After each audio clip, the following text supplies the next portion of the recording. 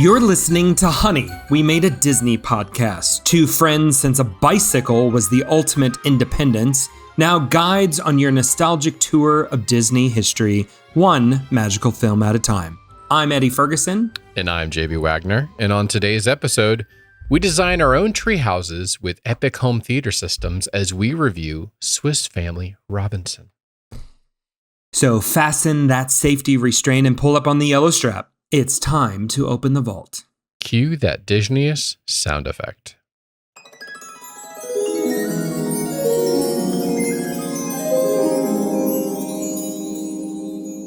All right, JB, which version of Swiss Family Robinson are we reviewing here? Oh, goodness. Is this the 1960 Disney classic or the silent film version from Fox in, the 40s? I think it's the 1998-99 version with that guy in all the Christian movies that I can't remember his name. Just like that, I think that's the version we're going with for this. Oh, so that's the version you ended up watching. Yeah. So Eddie's making fun of me right now because the reason we didn't have an episode last week is because I watched late, mind you, like it was going to be up to the minute of this recording. I watched the 1930 version, the 32, 30 something version, all in black and white. Now, granted, we had just watched Shaggy Dog and some other movies that were also in black and white. So it's not like that should have been a cue, but it wasn't because we had watched some other more recent 60s, 50s Disney movies that were in black and white too. So I blame that. And I'm sitting there watching it and I'm like, at some point, those actors are going to come in. Maybe they're going to span some time. We're going to go into color. Maybe when we get to the island.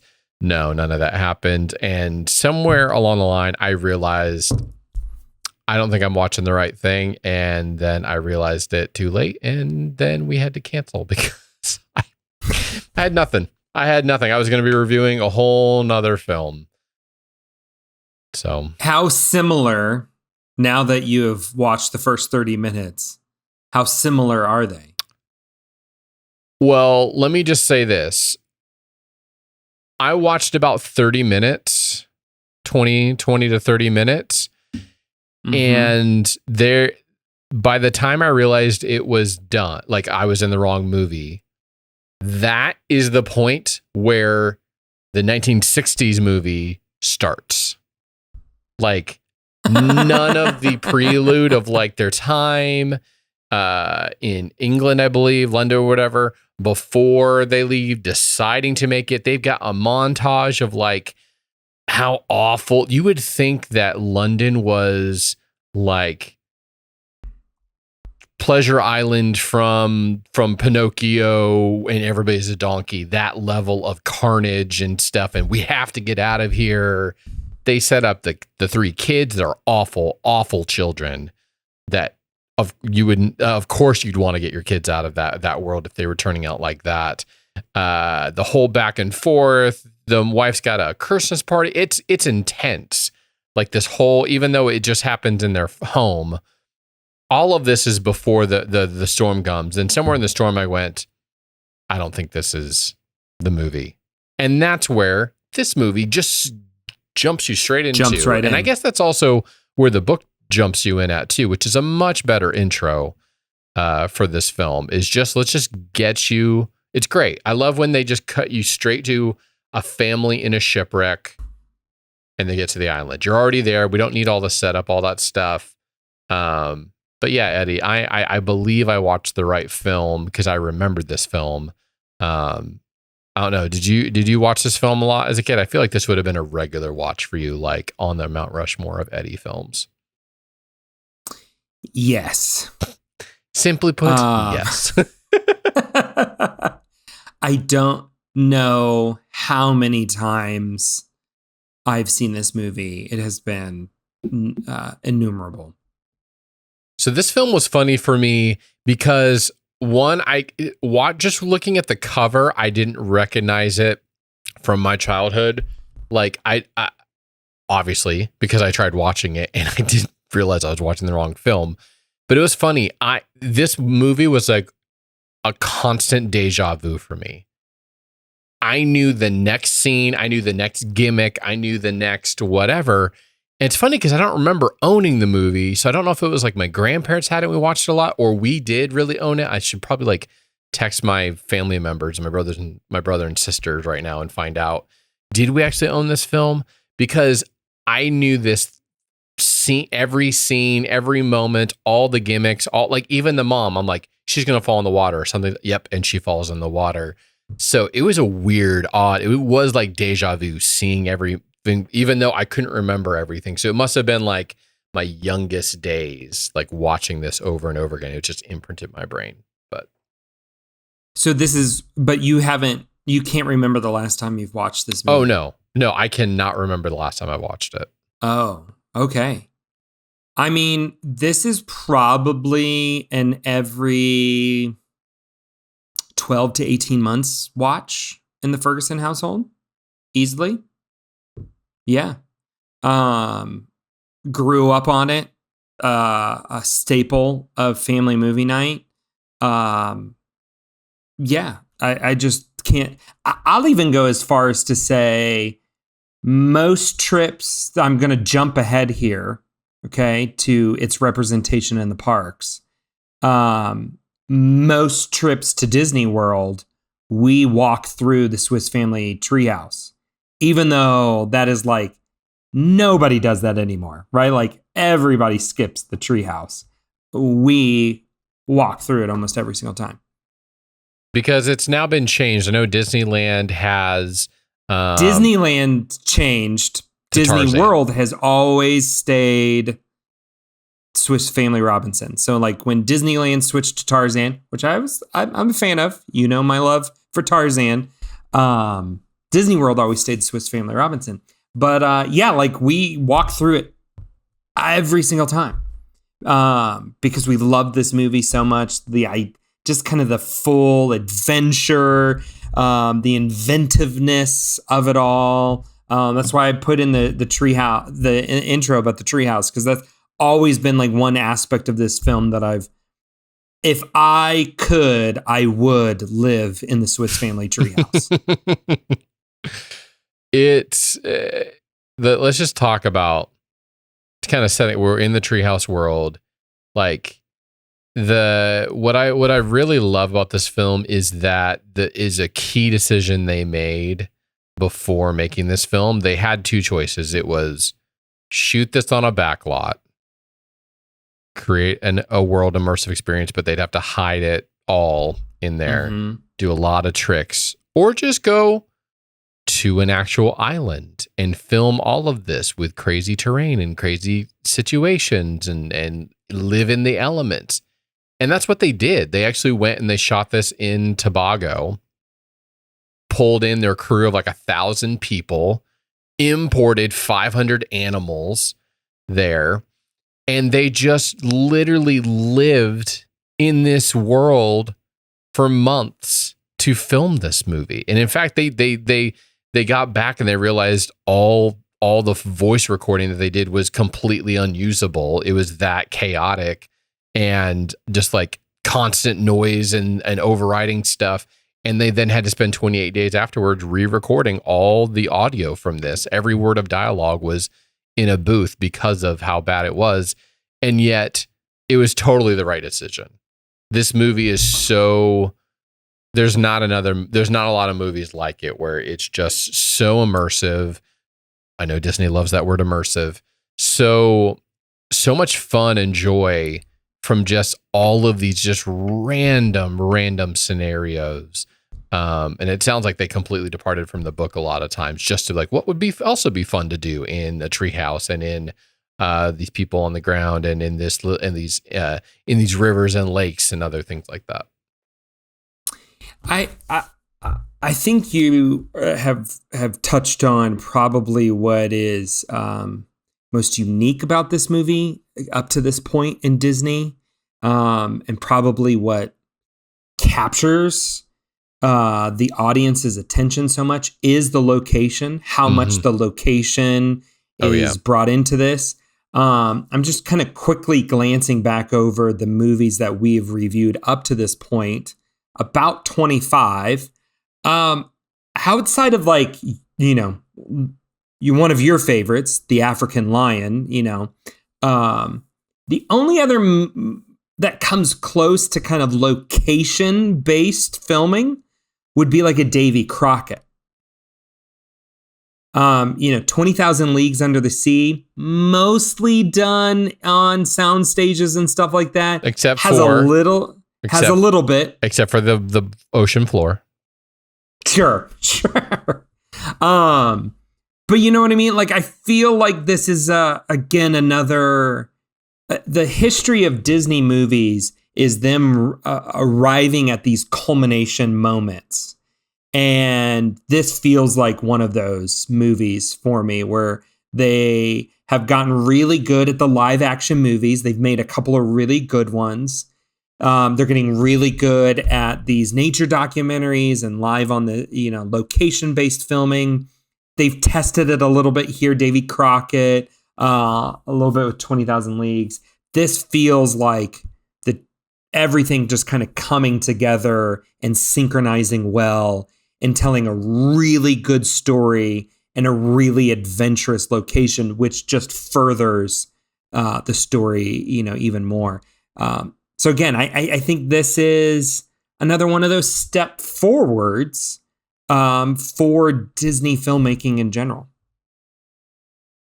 I was just, me, I love when they use real animals and stuff. You love it. It's just nonstop. Well, you're such an animal lover at heart. You see the pig floating in the water with the barrels around him, and you start Googling. CGI. That wasn't CGI at all.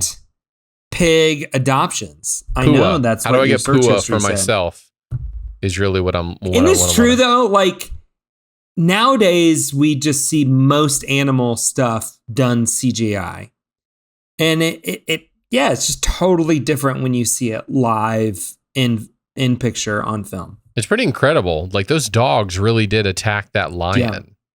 Yeah. Really intense. Although I do have to wonder, how did they? I feel like they had to address it at some point. How did all of these animals get on this island? It's like Africa. It doesn't make sense because you've not got at an all. Ostrich, you've got a zebra, lion. A tiger. You've got a tiger. Tiger, sorry. So it's like, okay, it's got to be somewhere. Turtles in the Indian Ocean. Well, and then turtles that are very like Galapagos tortoises. It's a little bit of everything. It's like Dr. Doolittle's boat crashed on the island before them. Dr. Doolittle or Noah's Ark. Who knows? Maybe a little bit of both. His second ark, the other ark, his brother's ark. If we're going to talk about animals, though, we got to talk about the snake scene and the water. One of the most intense scenes. Like Lewis's favorite. Lewis's favorite. We have not stopped talking about anacondas ever since he watched that. He had no idea. He had no idea that snakes could get that big and just wrap around you and all that stuff. Well, I mean, his first question was, "Are there anacondas in Costa Rica?" What'd you tell Because him? I mean, we do see snakes on the frequent. To the best of my knowledge, they do not exist in Costa Rica. We do get rather large boa constrictors, probably not to that size. We deal more in like very poisonous vipers, like some of the most poisonous snakes in the world reside here. So those are the ones that we deal with. Did we say hyenas? That's probably when I realized this thing is just so ridiculous. When the hyenas are involved, I'm like, I forgot about the hyenas. Where are we? This is, it wasn't the zebra or the giant snakes or the elk. It was the hyenas. I don't know what it was, but it just like, okay, now we've gone completely safari. We've gone to the African Pride Lands. I don't even. Well, JB, what you're probably wondering is, are they here? The giant map behind your head. Or are they up here somewhere in the Indian Ocean? Or maybe down here and the Cape of Good Hope. I don't know. I pulled out a map and was thinking through this in the midst of it all. This was a choice. They're heading over here to New Guinea, right? So they're over here in the Pacific Islands. Did they go around Africa, around the Cape of Good Hope to get there? Yeah, that would have been their only option. So if we're looking here. This is great podcast content right now for all the people listening. You're going to have to get the YouTube link for this. Yes. Okay, have we talked too much about the animals? I mean, it's a heavy character. I mean, if you're talking about the island is one character, the treehouse is another character. The animals are definitely, like, especially when we're talking about the running around, the race at the end. The race, there we go. I think that's the key that we can't miss is the race. In particular, racing on the back of an ostrich, which I didn't know was possible. And as a kid, I remember watching that thinking like, oh, that can't be, I don't know. As a kid, you just don't process those things. Yeah. As an adult, in the times that I viewed as an adult, every time now I stop in that scene, I'm like, really? Really? That? And then of course, yes, they did it. It's there. It's on film. But you wonder, this poor ostrich, like there's just no way that's good for it. And how does it not haul off and peck the eyes out of the actor? Because I mean, ostriches are kind of known for being aggressive. Yes. Yep. And how much did you think of the what is it, Liberty Mutual emu commercials? I didn't until now, but now that's all I'm gonna see. So this movie, we once again, was this the third time on this little journey we've been on through the old films that we get our dynamic duo of Tommy Kirk and Kevin Corcoran. Get those guys back. We had them in Old Yeller. We had them in this, and we also had them in Shaggy Dog. We also got, this is fourth for Kevin Corcoran because he was also in Pollyanna as well. Yeah. He earned that Disney legend status. He earned it. Just high worker, that kid. That kid's putting in a lot of time. I'm sure we got to look into child slavery laws or something. That's all I got to say about that. It was the 60s. Yep. We'll just say that. It was the 60s. It was the 60s. It's funny. I'm looking through my notes, and literally most of my notes are about something related to the animals, the turtles pulling them in the ocean. Can I keep the baby elephant? Like, there's just, I'm sorry, I'm just getting distracted by it. We got to call out though that two big things help, because this could have just been shenanigans. Like, it's just giant shenanigans out in the woods. But there's two really important pieces that helped make this a story. One of which is the pirates.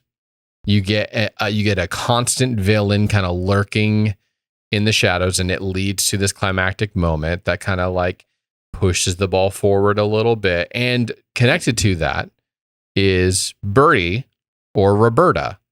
Her introduction into this gets us another female character, but also causes the conflict amongst the family, and then also the rising conflict with the pirates kind of looking for their captive that they had. And I think without that, this would have just been a series of random shenanigans. That would have been fun, but it wouldn't have been a story. I felt like inserting those two things helped make this more than it was.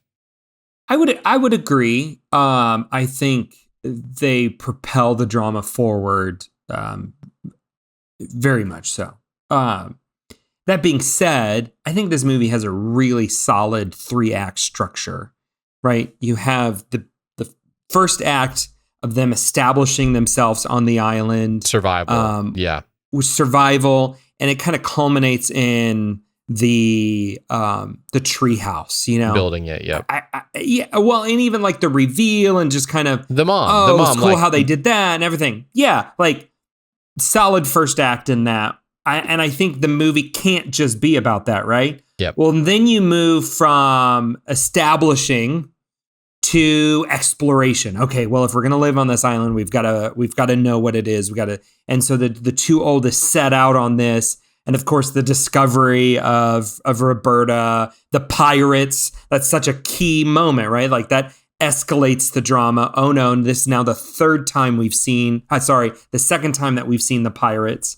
No, I guess third. So technically in the intro, then in the middle of Act 2, when they've got to raise the flag to say they're under quarantine, and then all right, this is the third time we've seen the pirates. We know they're very present, they're very active, and that whole sequence, that whole act, really culminates in the Anaconda attack, which is no small thing, right? Like they really play that up. That really kind of becomes a high tension, high drama moment. And then the third and final act, which defending the they have to defend it, right? Like we've established it, we've explored it. Now we have to defend our island. And again, it plays on the opening, that first act, where you see kind of the to use your word, kind of the gimmicks and the shenanigans of the treehouse. All right, now what are the cool defensive measures we can come up with the pirate alarms and the coconut bombs and the tree logs that roll down, all the different things that they've come up with. It really makes that more than just an action sequence. It also gives it that flavor of comedy and family fun. I agree with you. All throughout this film, just one great storytelling of just like building upon it to where at the end the mom's wanting to stay on the island. They've really grown to love this place. You still get their own separate journeys throughout inside of there. Middle son going wanting to go to college, the older son falling in love with Birdie. Her like that revelation. And who's she gonna pick? You get a little bit of that drama. Mm-hmm. Yep. It's just really like it keeps you going throughout this entire film from beginning to end, from the word go, from you open up and it's a storm. And you're a storm. All the way through the very end. And then it's just like it's done pretty quickly near the end. After the final battle. There's these few moments where you kind of feel a lull coming in, right? Like, all right, it's kind of that old style of filmmaking where they just kind of, the pacing maybe is a beat or too long. And right as I think like, oh no, they're going to pick it up. And they new twists, new turns, new animals. Yeah. Maybe new animals. Well, he catches his tiger on Christmas Day. Yep. Yeah, I just had a lot of fun with this, and I felt bad. I felt bad because I mostly watched this while I was doing color grading at work, which is the easiest time for me to watch stuff because I'm not having to worry about timing, music, that stuff. I just set this on another screen and was just going to town, and I was like just doing my stuff, and I'm like, man, I really should have paused it and watched this with the kids because I think they would have had a lot of fun. Just with all the shenanigans and all the inventiveness and stuff. My kids love it. They this was, I think, now maybe the second or third time that we watched it with them. Definitely for Lewis. And it is, it's just the shenanigans of it all is really funny for them. I also like a movie like this where it's got that peril, that adventure, but it's never at any moment where it's unsafe for the kids or you feel like, oh no, they're gonna like. What's really funny is we just watched the other night in The Incredibles 2, and my kids had nightmares from The Incredibles 2. The two older, not Asa. Asa is like, I want to watch it again, and the other two are like, no, please, I don't want to have nightmares. So it's funny how like Pirates and Swiss Family Robinson, no problem. But then Incredibles 2 is what spooks him. But it's a fun family film that for me, I would say stands the test of time. is quintessential kind of Disney classic live action. And I would even put it, I mean, I would love when we get to the end of all of this at some time, we need to do like a top 10 Disney movies of all time. This would be in consideration for top 10 Disney movies of all time. High praise.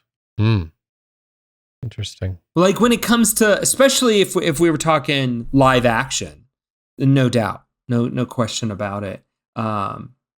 Not top, but definitely in the top 10.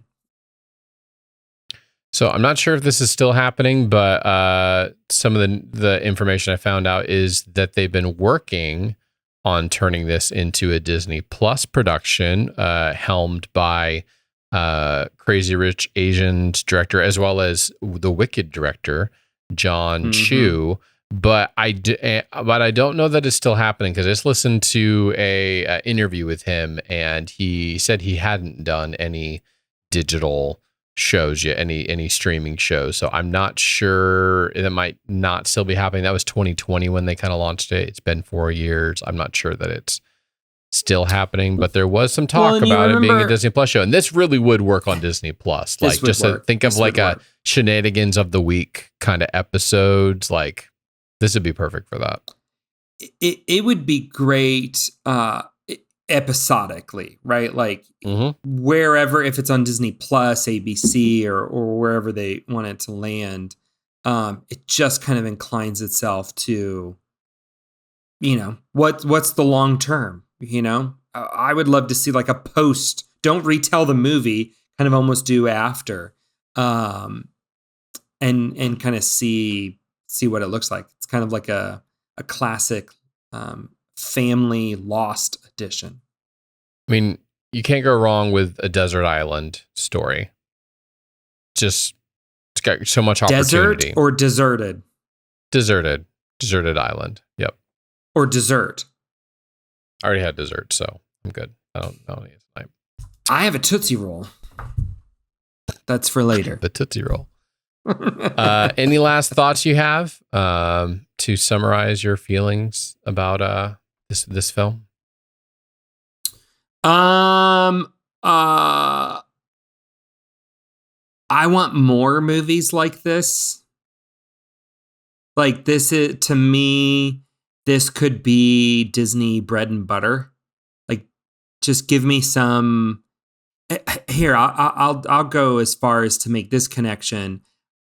I think this is the grandfather to Pirates of the Caribbean movie. Oh, 1,000%. And when they were talking about literally building roads on the island, all I could think about was the second Pirates of the Caribbean movie, where they literally did that to get to some of the locations. Third.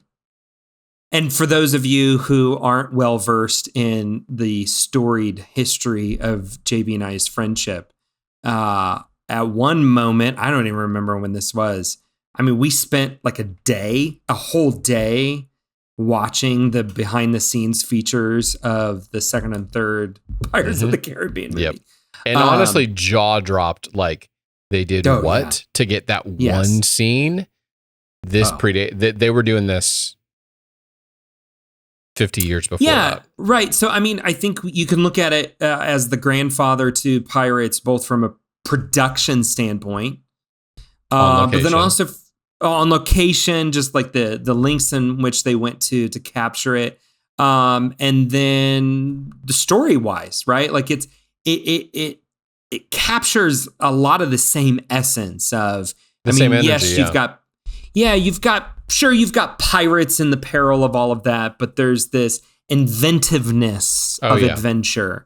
There's that exploration and taking risk, but all the while not too much. I mean, Pirates definitely goes a little more scary. Like I wouldn't sit with my kids and watch Pirates yet. But yeah, like they're of kindred spirits. And I was hopeful. Again, maybe I'm jumping all over the place too much. I was hopeful that Jungle Cruise was going to be that, right? my favorite, like, classic Disney ride. I'm super excited. Love The Rock. Love Emily Blunt. But I felt like there was too much copy paste of Pirates and not enough of a continuation, where very much Pirates is this continuation of the spirit of Swiss Family Robinson. I was hopeful for more of that with Jungle Cruise, but I still enjoy it, but I just, for me, doesn't rise to the same level of either of those two. Haven't watched it since I watched it the first time, so. Oh, really? I think I've only watched it twice. I think we saw it in theaters, and then maybe about a year and a half ago, Sarah and I watched it. Well, Eddie, is there any guess as to what you're going to rate this film? It's a 5. Like, to me, this is essential. This is I would, for me, this is a movie like I want to have in the culture of my family. Like, does that make sense? Like, there's certain movies, like, as a family, you're like, these are movies that are family. This is like a family. This is a Ferguson family movie. And I'm sure you guys have like your Waggoner family movies. Like, for me, like, yeah, this is on that shelf. I would agree. Essential 5 for me as well. Especially, it's always surprising when there's a movie. One, I've watched it before and I forgot about it. And two, when it just like immediately rises back up to a place that I forgot that I had left it. I was very surprised by how much I was just like so into this film.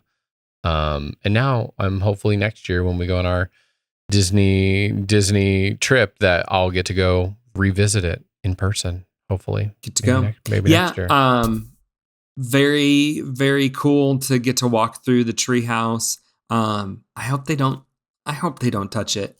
But again, that Disney parks need to keep moving and changing. But we listen to we have our little soundtrack of Disney parks, like a little playlist that you can get on Apple Music, and the Swiss polka is on there, and comes up all the time.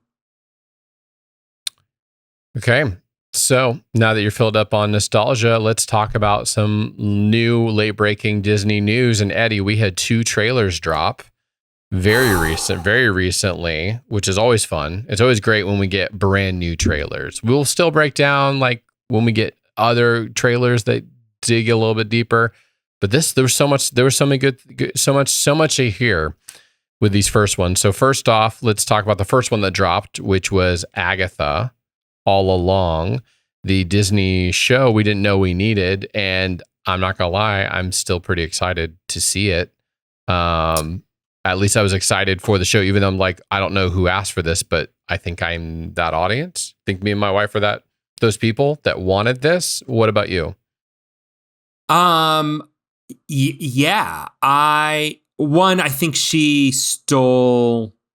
I don't know if I'd say she stole. I mean, maybe she stole the WandaVision, which is still probably, oh man, one of our favorites of the Disney Plus show that has come out. It's the first, and it's one of the best. Yeah, I mean, there's a part of me that kind of wants to say like it's still our favorite. Like, it was just so unique of the Marvel shows. Yeah.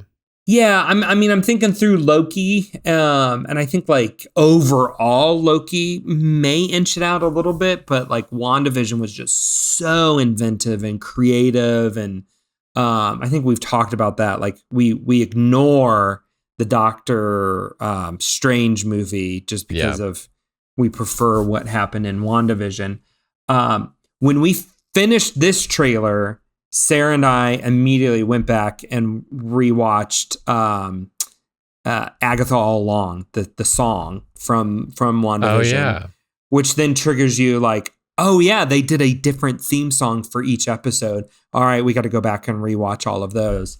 You know how those little YouTube rabbit trails go. Yep. I was shocked how dark this show is shaping up to be. Especially like when you get to the upside down girl in the last little moment. Like Exorcist level darkness and scariness. So I mean that kind of a little bit of pause. Like I don't appreciate things getting too dark, especially in this kind of subject matter. But I think it's an interesting trend overall of how mature Disney Plus is becoming. Especially ever since Hulu was added. Yeah, I mean, I don't know what the US Disney Plus is looking like, but like on our end, like it's just full of all of kind of the mature Fox content. Yeah, like we've had to put a little passcode on getting into Disney Plus so that our kids don't like stumble into things. Yeah. And this seems to be in line with that. I just want to call out, I'm so excited to have Aubrey Plaza in this. Didn't know that was going to be a thing. And that immediately drew me, and I was like, I'm in deeper now. I'm all in. I'm excited about it. I think there's unnecessary backlash from some people that I've talked to where they're like, nobody asked for this. Who is this character? Like, why are we getting? And I'm just like, come on, this is from one of the best characters from one of the best shows we've had. Maybe it's Marvel getting their groove back. Like, and a phenomenal actress, right? Like, she's so good. Catherine Hahn is so good. Like, I can't think of something that I did not enjoy. Like, there is even things that she's in that I don't enjoy the show, but I enjoy her performance in it, right? Yeah, I think this will be a big hit for them. In particular, the fact that they are coinciding it with Halloween. Yeah, I think September that's a brilliant move. Comes out September 18th, so it's going to take us, assuming it's 6 to 8 weeks, it's going to take us all the way through Halloween. So it's going to be a perfect setup for that time. Which was their huge mistake with Haunted Mansion. Coming out in the summer. Coming out in the summer, in the midst. We talked about it, and they were trying to double dip, like get the movie theaters and then try to get it on Disney Plus right in time, and it didn't work. Partially because I think they're learning they've got to hold off from getting things to Disney Plus. If it's a theatrical. Sure. If it's a theatrical release. But yeah, I would guarantee if they could redo Haunted Mansion, they would have released it right around Halloween, then hold it and don't bring it to Disney Plus until like September of the next year. But I'm excited for this. I will definitely be tuning in and hopefully not getting my hopes up too high. The next trailer, we mentioned there was 2 of them. 2 big ones. Next one is we already got Captain America: Brave New World. Eddie, we got the next big Marvel film trailer here, which is great because we only get one Marvel film at all this year, which is Deadpool and Wolverine. So this was fun to get Captain America. That's it. That's all we're getting this year. Wow. Yeah, because they pushed it all because of the strikes. But yeah, we're getting Captain America: Brave New World. That'll be in theaters in February 14, 2025. Harrison Ford coming into Marvel. Yeah, so he is taking over William Hurt's role from previous films because of that actor passing away. Yeah, and they kind of allude to that in it, talking about it's weird seeing you without the mustache. So trying to make that connection, but getting Harrison Ford, pulling him, keep on thinking he's retiring, but they keep on paying him too much money to come back and be grumpy Harrison Ford. Just come do that same role, man. Just right. We'll pay you a lot of money for it. This is very interesting because it feels very confined. Like Eddie, you're gonna love this. It's got a lot of White House down, Olympus has fallen vibes. Am I crazy? No, I felt like this. I totally agree with you. Felt a little bit of, well, let's say White House down because Olympus has fallen. Wait, no.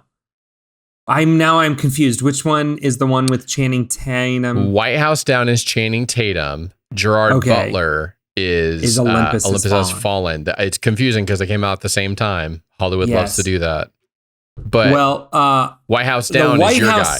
That's your guy, right? That was Roland Emmerich, right? Who did that one. And White House Down. So over the top and crazy. The Olympus Has Fallen. I really like that whole series. have you seen those? Because there's Olympus Has Fallen, London Has Fallen, and Angel Has Fallen. All excellent films. I've seen Olympus Has Fallen probably 2 or 3 times, to be honest with you. Yes, definitely had that feel to it.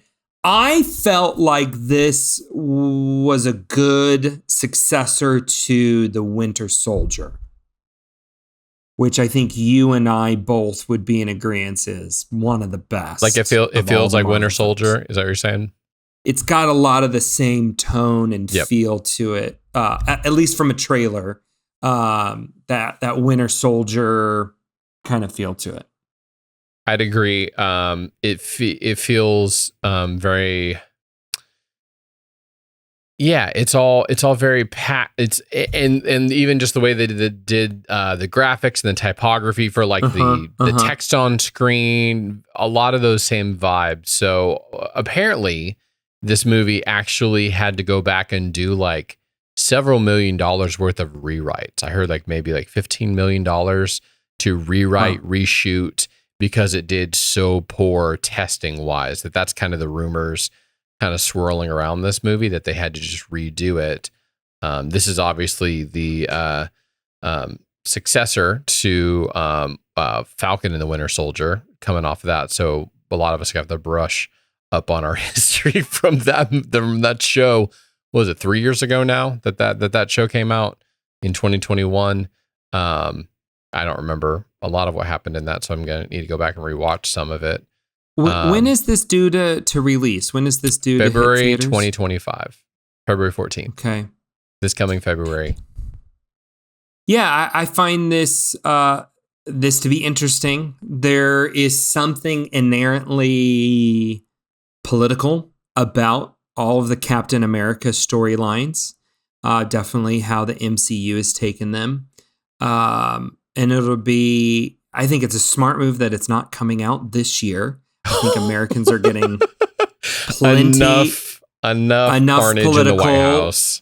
Yeah, I will be intrigued though. Like, is February far enough past that people will find it entertaining? You know what I mean? Like, especially how this weekend, we're recording this on Monday, July 15th. Sure. To give people context. Yeah, I think that's a great point to make about what appetite will people have in February. That'll be a month after inauguration. It'll be a couple months after the election, a few months after the election. I think if nothing else changes not changes, but nothing else transpires in the next several months, I think that'll also help. But you're right. It is. When did this trailer dropped?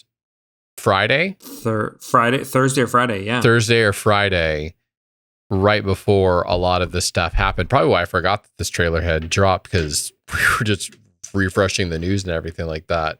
Well, yeah, I also have to say it's good that it was Friday morning. It dropped Friday morning because this movie was originally supposed to... JB texted it to me at 7:26 a.m. and I had got the text to him at 7:27. You beat me probably by a few seconds, but we were literally watching this at the same time. I had no idea. Well, think about it, Eddie. This movie was originally supposed to come out in July. Like, it was supposed to come out this month. Yeah. Can you imagine what this would have done to the box office on this? It would have been a Donnie Darko version all over again. I don't know that it would have done very well. Well, I would even go as far to say that if this trailer would have been set to release this Friday, it wouldn't have. They would have held it. And you mentioned, about $15 million of rewrite and reshoot. Probably not the last one. Oh, you think they're going to keep on? They're going to redo a little bit? I think Kevin Feige is holding his breath right now, and let's just wait till we get a little bit closer. Let's see what's going on. Let's get past November. Well, because circumstances changed differently this weekend, this movie would have been canned. I bet would have been completely. We're not going to have a Donnie Darko situation. Which, if you don't know about Donnie Darko, 2001 film about a plane falling in the ceiling of these people's homes, like an engine of a plane, came out same time as 9/11, like days later. Days like 9/11 was on a Tuesday, and I think it premiered that Friday. And that's why it had a second life on DVD, but it did nothing. Like it was, gone. That and Lilo and Stitch had to be reanimated. For DVD for it. But anyways, I'm intrigued. I'm super intrigued by this film. Eddie, I personally love it. As vast as this universe gets for Marvel, when they come and they do a very tight, simple, compact story, like Black Panther, that felt like a very intimate, compact story, which is just a breath of fresh air. Yeah. Ant-Man. Yeah. Well, and the bread and butter of Marvel, I think, is not the big spectacle. It is the genre films, the picking a really specific genre, pairing it well with the character, and making what you said, those tight-knit, closed stories. And then on those the combined films, boom, letting it go big. The error that they've made in recent films is feeling like every film has to be epic and huge, and the universe. How many characters can we get shoved into this? Yeah. No, bring it back down. I hope we don't see. I mean, what other superheroes did we see in the trailer? Red Hulk. That's right. But that's kind of a new. We'll see. Yeah. So it's mostly Captain America in this one. I don't see a lot of other characters, if any. That's what I would want. As I'm scrubbing through it, but so there you go. We'll eagerly anticipate February. Last little bit of Disney news. Eddie, so Lion King had its 30th anniversary. They brought it back to theaters, the animated film. Perfect timing, as they are going to be bringing Mufasa to theaters coming soon. Eddie, did you take your kids to it? It did not come out here. Here is very much still dominated by Inside Out 2. And then, of course, Despicable Me 4 has about half of the show times at theater. Of course it does. Across them all. I think the other key thing, there's a lot of rumors going around about more Lion King coming to the Disney parks. We're about a month away. We're about a month away from the D23 Expo, where they are set to begin announcing their plans for the $60 billion worth of expansion over the next 10 years in Disney parks. And so there's rumor that Disneyland Paris is actually going to get an entire Lion King land. Wow. An entire Lion King land? An entire Lion King land, which sounds intriguing. That's the rumor right now. But they're definitely fanning the flame for all things Lion King to see how much money they can make out of this. The Mufasa connection's interesting. Because it's a prequel of a remake. I don't know. I have no intention to go see Mufasa, just like I had no intention of seeing the Lion King remake. Neither do I. But we already saw The Lion King in theaters, and it's re-released just under a year ago, which is interesting that they did it again. Yes, we did. Took our boys to it. Yeah. So we didn't need to go see it in theaters again. But did you guys go see it? No, we did not. Oh. We saw Despicable Me 3. So 4. But before we go, that's been a lot of fun. But before we go, Eddie, I just hope you and your family, even though you're not going to go see Lion King, have a good week. Thank you. We just moved a week ago to a new house, and so new we are in your background. We are. I hate moving. This is such a process. I'm gonna have to do it again in 2.5 years, but we are still figuring out everything. So hopefully that ends pretty soon. So, but we still found our time to do our Friday night family movie night. We got Incredibles 2, which is what was selected by the kids. So that was fun. So with that, you all have also gotten your weekly dose of Disney nostalgia. Be sure to subscribe to Honey, We Made a Disney Podcast, wherever you listen to your other favorite podcasts, and give us a look on YouTube as well.